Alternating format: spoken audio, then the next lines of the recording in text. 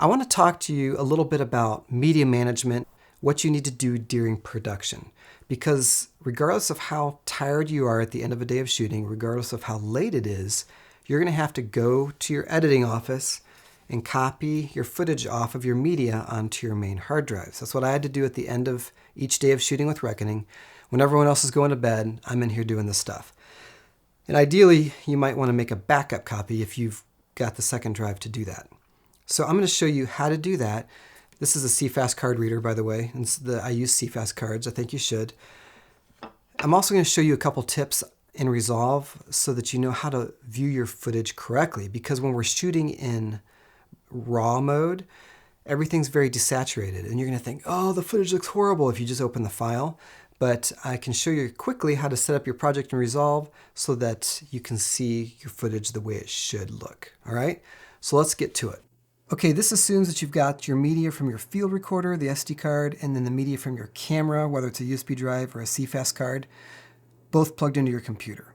I'm going to go to Finder, and I see them down here. Here's my camera media, and here's my MixPre SD card.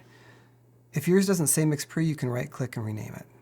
Now I need another Finder window open, so that's Command-N, and I'm going to go to my drive, where Reckoning is, and then over on the left Finder window, I'm going to click on the camera media.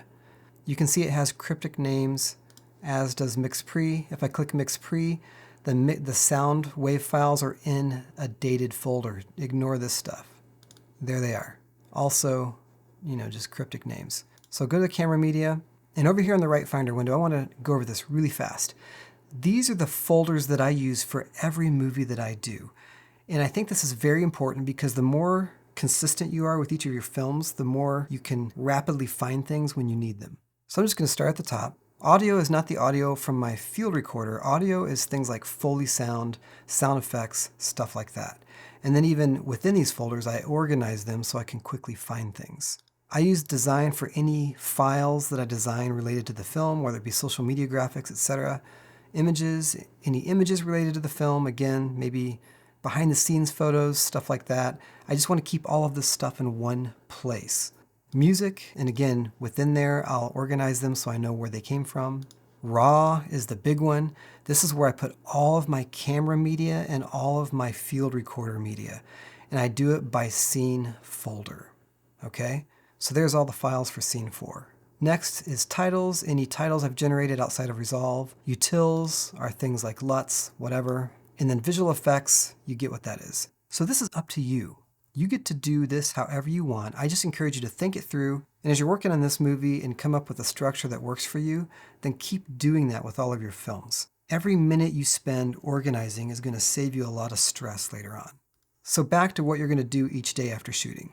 I'm going to go into RAW, and I'm going to change my view up here to icons, and I'm going to just have an empty area here. When you're on the icon view, OS X will save how you order these. So I have these ordered in columns, scene order.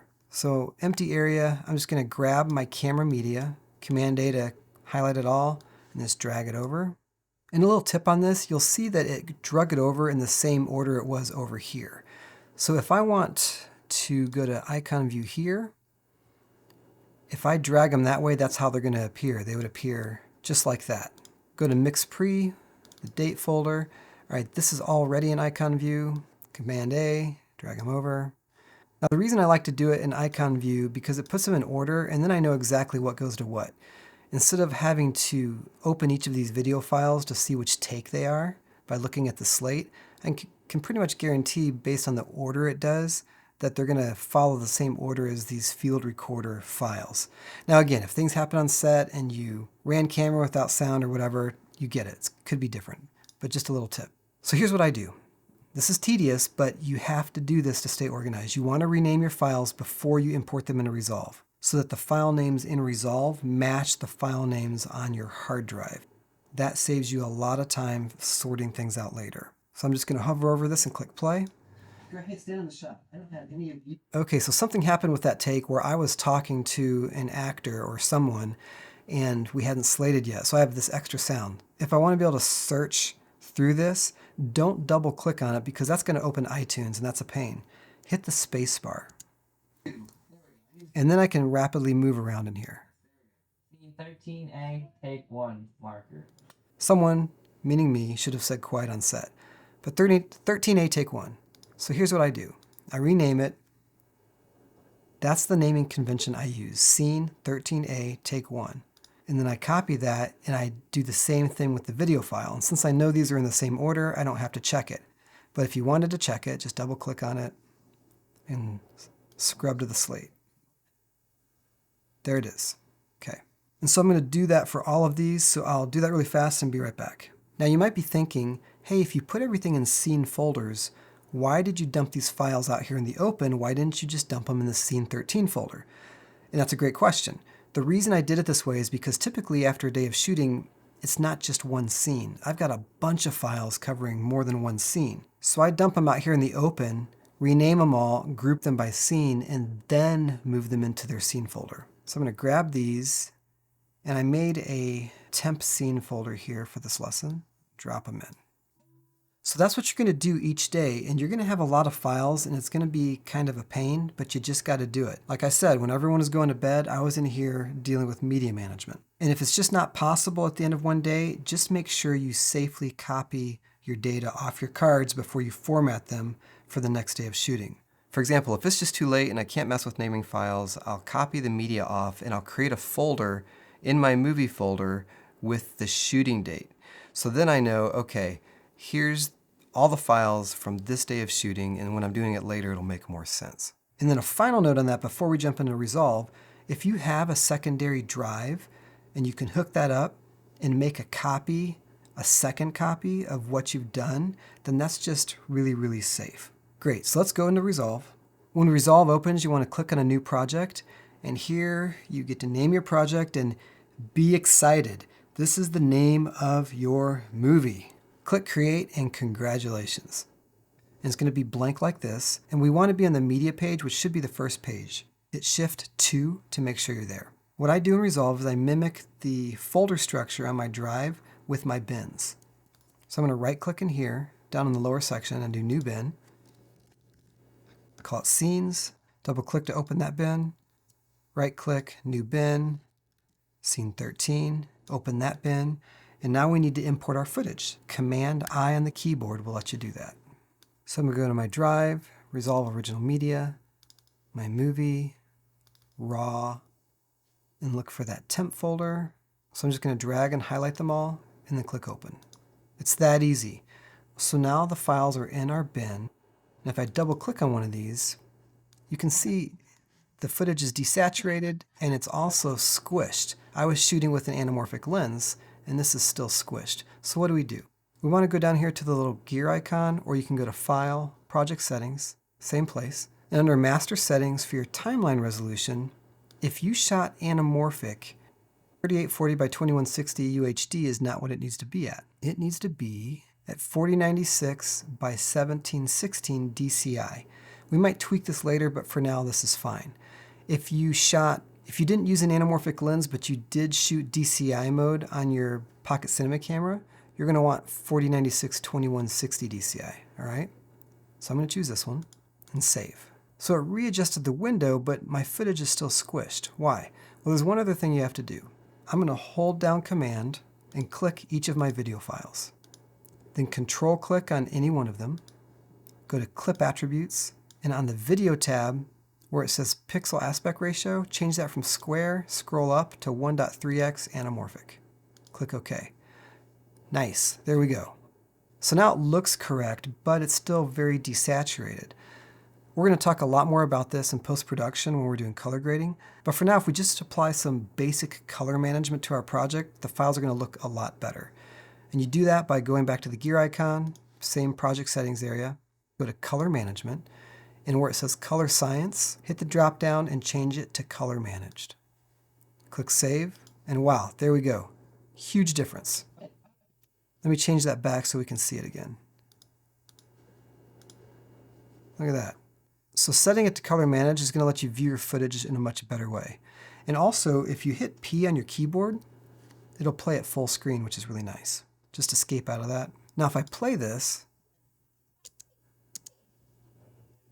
that's not the right audio. That's the camera audio. I can verify that by control clicking on the clip, Go to clip attributes again, and now go to audio. Yes, embedded channel. Embedded means it's the camera audio. So how do we join these together? Well, it's very simple, and this is why we name them the same. I'm going to highlight both of the 13A take 3 takes, then control click, auto sync audio based on waveform. And Resolve is going to analyze the waveform in each file and sync those up. This is why your camera audio has to be loud enough. If the waveform on the camera audio is not large enough, Resolve can't sync them up, and then you have to do it by the slate. So now if I play this. Of course, Doc. What do you need? So now the audio is correct. And if you want to verify that, right-click on the clip, go back to Clip Attributes, and now you'll see it says Linked instead of Embedded. That means it's linked to the file. Cool, right? Now you might be thinking, hey, can I just highlight all of these, control-click, and go to Auto Sync Audio based on waveform instead of one by one? Yes, you can, but just be aware that I've seen Resolve do some funky stuff with that before, and it could have just been a bug in one of the versions that I was using, but I'll run into the occasional clip where the audio's off. So if you do that, and then you hit a clip that is off, just control click on the camera footage, go back to Clip Attributes, go to the Audio tab, and then change these back to Embedded, click OK, and then just do that one again. And then it should be fine. And then if you need to see if anything's working in a scene, just hit Shift-4 to go to the Edit page, and then hit Command-N to create a new timeline. And it's going to create it in this Scene 13 folder, which is great. I'm just going to call it Scene 13. And now I can drag any of these down and cut stuff together if I need to make sure things are working. Also, these tracks default to stereo. I'm going to control-click on that, change track type to mono. My field recorder audio is mono, it's not stereo. And there we go. When you're done checking out your footage in Resolve and you want to disconnect your media, remember in Finder you must eject your media before you unplug it. So I'm just going to go to my CFast card, hit that, then go to my MixPre SD card. There we go. Now we can safely unplug that stuff. And again, if you have a secondary drive, then just grab the folders that you updated and copy those over to your drive. For example, let's say this was the primary drive I just used. I'm going to RAW, and I was going to grab Scene 16. Let's just say that's the one I just updated. Then I'd go over here, and let's say the D2 was my backup drive. Go to RAW, and go to my same folder. I would have a Reckoning folder in here, and then I would just Command-C over here to copy it, and then Command-V over here to paste it into the appropriate folder. Mimic the same file structure so they're the same. And it's just a peace of mind backup in case anything happens. And there we go. That was it. So hopefully the organization makes sense and the color management makes sense. Again, don't geek out in Resolve yet. Just wait. We're going to do all that later. But I just want you to see your footage not desaturated, but just be able to see it a little better. And then, of course, we're going to do more color grading in the post-production course. Hey, we're getting close to shooting your movie. If you have any questions about any of this, please post in the community, and I will see you in the next lesson very soon.